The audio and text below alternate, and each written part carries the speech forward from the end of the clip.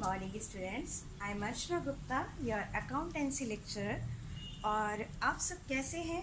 Hope so कि आप सभी ठीक होंगे।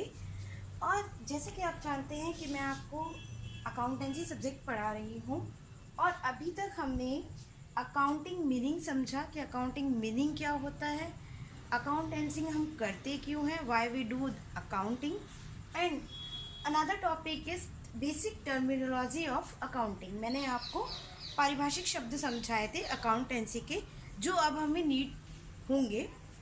नेक्स्ट जो टॉपिक है, बच्चों को बहुत इंतज़ार रहता है, जर्नल एंट्रीज का। यस, जर्नल एंट्रीज, जिसे हिंदी में बोला जाता है जर्नल प्रविष्टियाँ।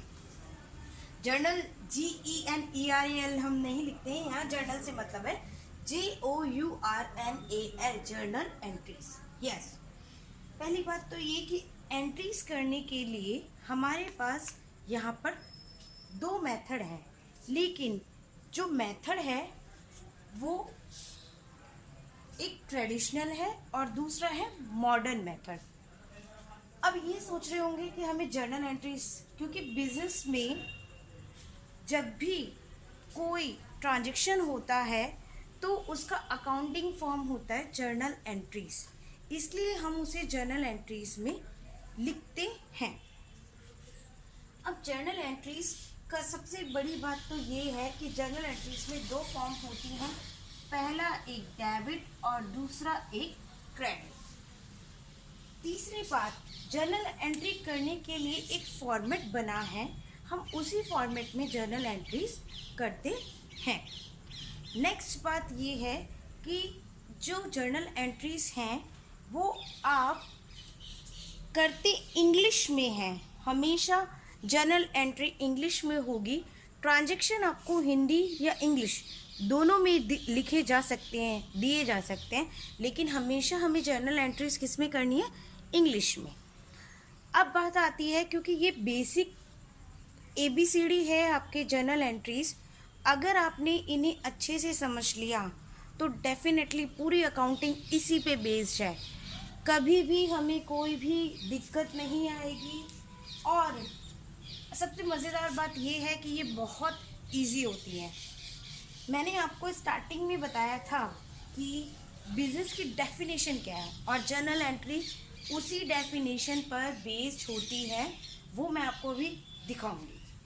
देखिए यहाँ पे सबसे पहले बात तो जर्नल एंट्री होती क्या है, इसकी डेफिनेशन क्या है। बिजनेस के जितने भी ट्रांजैक्शंस होते हैं उन्हें अकाउंटिंग फॉर्म में लिखना ही जर्नल एंट्रीज है। दूसरी बात, जर्नल एंट्रीज दो तरीके से होती है, टाइप्स ऑफ अकाउंटिंग आप कह सकते हो, या क्लासिफिकेशन कह सकते हो कि अकाउंटिंग का क्लासिफिकेशन जो मेथड है,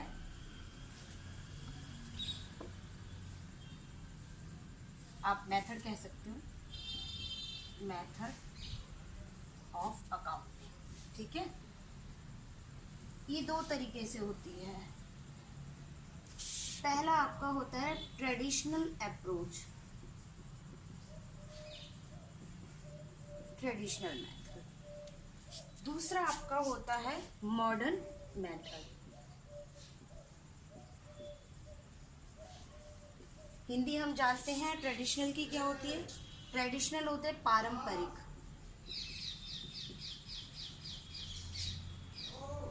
तरीका, और मॉडर्न होता है आपका आधुनिक तरीका।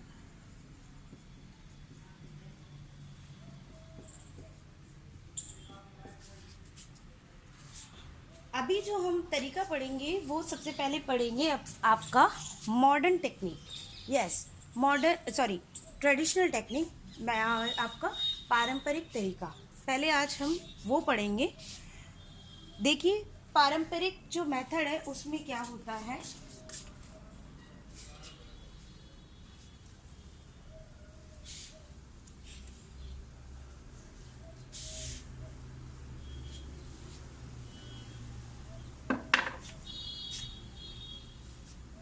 ट्रेडिशनल जो मेथड है आपका,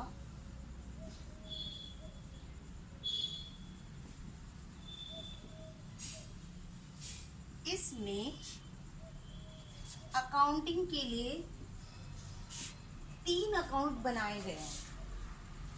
पहला बनाया गया है पर्सनल अकाउंट, दूसरा बनाया गया है आपका रियल अकाउंट, और तीसरा बनाया गया है नॉमिनल अकाउंट। मैं आपको इसके हिंदी नेम बता देती हूँ बिकॉज ऑफ दैट कि हमें हिंदी और इंग्लिश दोनों पता होने चाहिए। ये व्यक्तिगत खाता कहते हैं इसे। अकाउंट, मैंने अकाउंट का शॉर्ट फॉर्म लिखा है। अकाउंट क्या है पूरा, ACCOUNT, और इसको मैं क्या लिख सकती हूँ, अकाउंट। ठीक है, तो ये मैंने शॉर्ट फॉर्म लिख के दिखाई है आपको। रियल अकाउंट, जिसे हम कहते हैं वस्तुगत खाता।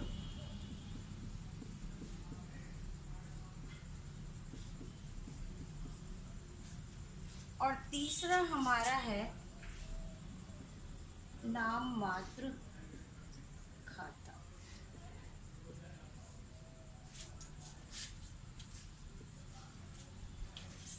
आपको सबसे पहले तो ये समझने वाली बात है कि मैंने आपको बोला जो अकाउंटिंग है वो बिल्कुल आपके बिजनेस के डेफिनेशन पर ही बेस्ड है, और आप देख रहे होंगे कि ये अकाउंट भी उसी चीज़ पर बेस्ड है। पहली बात तो ये कि पहला हमारा जो खाता है वो क्या है, पर्सनल अकाउंट। पर्सनल अकाउंट का मतलब है व्यक्तिगत खाता। यस, बिजनेस क्या बिना व्यक्ति के किया जा सकता है? नहीं। तो व्यक्तियों द्वारा लेन देन होना बिजनेस में मैंडेटरी है। बिजनेस को चलाने के लिए व्यक्ति का होना ज़रूरी है, बिजनेस अपने आप नहीं चलेगा, इसलिए बिजनेस में व्यक्तिगत खाता बनाया गया है। Real account, yes, real account वो अकाउंट होता है जिसे हिंदी में मैंने बोला है वस्तुगत खाता। यस, अगर बिजनेस चलाने वाले व्यक्ति हैं तो बिजनेस में बेचे जाने वाली चीज़ क्या होती है, एक सामान, एक निर्जीव वस्तु, एक मूल्यवान वस्तु। तो आप देखिए किसी वस्तु के लेन देन के बिना क्या बिजनेस की जा सकती है? कोई सर्विस, अगर कोई व्यक्ति, जैसे होटल्स हैं वो सर्विस प्रोवाइड करा रहे हैं, तो वो यहाँ पे क्या है, उसके लिए जो मटेरियल आया है कोई सर्विस प्रोवाइड कराने के लिए, तो वो यहाँ पे क्या है, वस्तुगत। इसलिए बिजनेस में बिना व्यक्ति के, बिना वस्तु के क्या बिजनेस हम कर सकते हैं? नहीं। नेक्स्ट और लास्ट है आपका नॉमिनल अकाउंट, जिसे हिंदी में बोला जाता है नाममात्र खाता। इसका मतलब ये होता है, नॉमिनल अकाउंट होते हैं आपके लाभ, हानि, खर्चा, ठीक है, इनकम।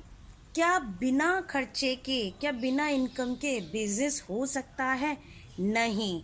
अगर कोई व्यक्ति कोई वस्तु बेचना चाहता है तो वो बिजनेस क्यों कर रहा है? वो लाभ कमाने के लिए, है ना। और अगर लाभ कमाएगा तो कुछ खर्चे भी वो करेगा, तो इसके लिए स्पेशली एक अकाउंट बनाया गया है, वो क्या है, हमारा नॉमिनल अकाउंट।